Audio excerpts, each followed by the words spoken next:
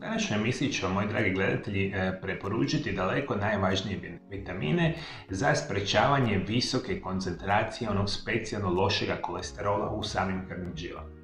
Svi itekako dobro znate koje su posljedica dugogodišnjeg nakupljanja samoga lošega kolesterola, ne daj Bože krvni ugrušci, što se danas najčešće ili zapravo u velikom broju slučajeva događaju. Osoba diljem svijeta uzrokuju srčani i moždani udar koji su najopasnije bolesti modernog čovjeka. Zato moramo biti dovoljno pametni, razmišljati da preventivno uzimamo one najbitnije nutrijente kao što su današnji vitamini.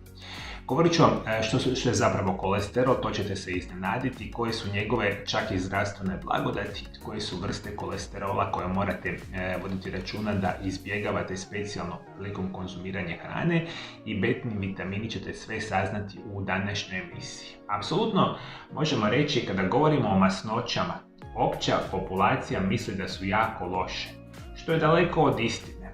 Najozloglašenija masnoća se naziva kolesterol. Veliki broj osoba zna da povišene razine kolesterola uzrokuje krvne ugruške, srčani moždani udar, ali mali broj osoba zna da je jako bitan za naše zdravlje. Dakle, kolesterol apsolutno nije uvijek loš. Postoji itekako velika koncentracija onoga dobroga kolesterola koji nama značajno poboljšava zdravlje. Vodite računa da se otprilike 2/3 kolesterola cijeloga našega tijela specijalno proizvodi u samim crijevima i specijalno u samoj jetri. Dakle, najviše kolesterola proizvodi jetra, a možemo reći da se nalazi u mozgu, nadobrešnim zvijezdama i živcima.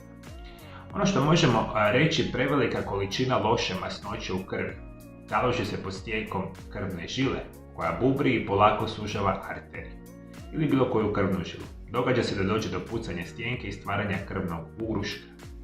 Ono što možemo reći bitno je da znate da kolesterol itekako ima i dobrih zdravstvenih blagodati. Kada govorimo o ovome dobrome kolesterolu, on ima specijalan utjecaj recimo na proizvodnju određenih vitamina i određenih vrsta hormona, što je jako bitno za reći.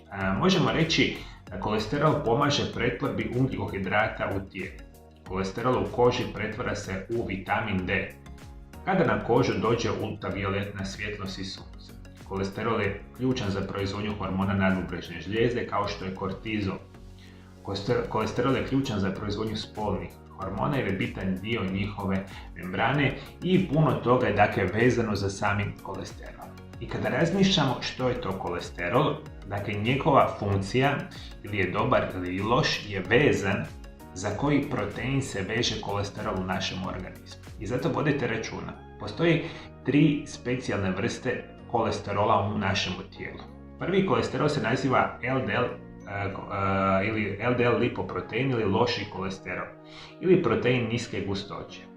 Prenosi oko 65% kolesterola u tijelu, a to je onaj kolesterol koji stvara krvne ugruške i to je jako bitno za reći. Drugi se kolesterol naziva VLDL lipoprotein ili protein vrlo niske gustoće. Nosi oko 15% ukupnog kolesterola kroz tijelo. Jetra ga treba da proizvodi LDL lipoprotein i u velikim količinama može izazvati bolesti samoga srca. Dakle, LDL i lipoprotein visoke gustoće i lipoprotein nečega što se naziva vrlo niske gustoće su oni kolesteroli koje vi želimo zapravo izbjegavati u prevelikim količinama i nam mogu negativno utjecati na organizam. I oni su u većini tijela zapravo dio kolesterola. Međutim, postoji otprilike 20% kolesterola koji mi nazivamo dobri kolesterol. Dobri kolesterol se još naziva i HDL lipoprotein visoke gustoće. To je onaj deterđent koji čisti krvne žile i sprečava nastanak krvnih ugrušaka i sastoji se od samoga lecitina. I zato vodite računa da specijalno potenciramo proizvodnju ili funkciju ovoga dobroga kolesterola. I tu ključnu ulogu će igrati vitamini koje vi uzimate i apsolutno prvi vitamin koji ću vam preporučiti da je savršen za funkciju srca i krvnih žila, sprečavanje nastanka lošega kolesterola u krvnim žilama je vitamin C. Apsolutno možemo reći vitamin C je poznat kao askorbinska kiselina. Je vitamin koji je topiv u vodi, koji se nalazi u mnogim vrstama voća i povrća. Djeluje kao antioksidans kako bi neutralizirao slobodne radikale i smanjio rizik od upala i bolesti. Dakle, sami vitamin C ima nevjerojatan broj zdravstvenih blagodati. To ćete sad ostati šokirani kada budem sve rekao. Dakle, osim puno bolje funkcije srca i krvnih žila, izvanredan je za funkcioniranje vaše kože. Dakle, vaša koža i specijalno kolagen koji se nalazi u koži ne može funkcionirati bez vitamina C. Zato kada imate manjak vitamina C, imate puno veću šansu problema sa kožom, recimo prerano starenje i sl. Apsolutno možemo reći vitamin C je potreban za proizvodnju drugih spojeva, kao što su L-karnitin i neurotransmiteri. Većina životinja može sintetizirati vitamin C, dok ljudi i majmuni ne mogu. Primarna funkcija je upravo proizvodnja kolagena, a isto tako je bitan za zacjeljivanje rana, krvarenja, opeklina. Možemo reći da je vitamin C antioksidans i što je nevjerojatno bitno za reći. Dakle, ono što mi danas znamo, vitamin C u našemu tijelu potiče mnoge procese u današnjem normalnom funkcioniranju i računa se da minimalno 300, ali i više metaboličkih procesa našega tijela je direktno vezani za sami vitamin C. Dakle, vodite računa, čim nemamo vitamina C, ovih 300 i plus metaboličkih procesa su u puno većoj opasnosti. Ono što moramo razmišljati, metabolički procesi su kao funkcija nadbubrejnih žlijezda, poticanje recimo oralnog zdravlja, pomaže proizvodnji antistresnih hormona i interferona, jako važnog proteina za imunitet. Također je potreban za metabolizam folne kiseline. Studije pokazuju da smanjuju simptome astme, sprječava nastanak raka te potiče proizvodnju samog željela, što je jako bitno za reći. I kada ja preporučujem i mojim pacijentima ovdje u ordinaciji i svi koji me redovito gledate, uvijek vitamin C trudimo se uzimati uz kvalitetne namirnice. Međutim, vi imate jednu drugu opciju, a to da se uzimaju kao dodaci prehrani. Kada uzimate dodatke prehrani na bazi vitamina C, dakle računajte da preventivno većinu godine morate uzimati minimalno 500 mg svaki dan. Međutim, bolja je verzija kada uzimate hranu bogatu vitaminom C, kao što su kivi, naranče, papaje, paprike, jagode, ananas, grejp, brokule, brokulice, mango, rajčice, špinat, kakadu, šljive, acerola, trešnje, šipak, čili, papričice, guava, crni ribis, dinja, peršin, goruščica, kelj i limun su namirnice koje su nevjerojatno krcate sa vitaminom C. Dakle, moji dragi gledatelji, sprječavanje nastanka lošega kolesterola u vašim krvnim žilama će specijalno ići sa vitaminom C. Drugi vitamin koji je vama iznimno potreban biti će vitamin B3 ili niacin. Ono je vitamin koji danas znamo da je topiv u vodi i može se naći mnogim uobičajenim namirnicama. Jako je bitan za normalnu cirkulaciju, zdravu kožu. Promiče rad mozga i živčanog sustava te pomaže razgradnji ugljikohidrata, masnoća i proteina. Još je jedan bitan uloga ovoga vitamina poticanje hidroklorične kiseline koja je jako bitna za probavu. Sudjeluje u proizvodnji žuči i njezinom izlačivanju u probavni sustav, te pomaže u sintezi spolnih hormona. Ono što morate shvatiti da niacin kada ga uzimate u tijelu sprečava nakupljanje lošega kolesterola i još jedna bitna informacija, vitamin B3 ili niacin igra nevjerojatnu ulogu u puno bolje funkciji srca i cirkulacije cijelom našem tijelu.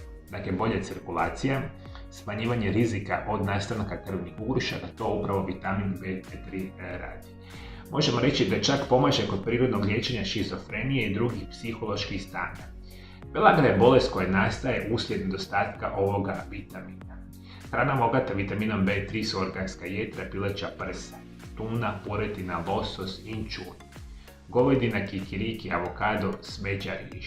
Gljive, batat, recimo grašak su jako bitna perspektiva da vi uzimate hranu bogatu ovoga tipa. Još jedna bitna informacija.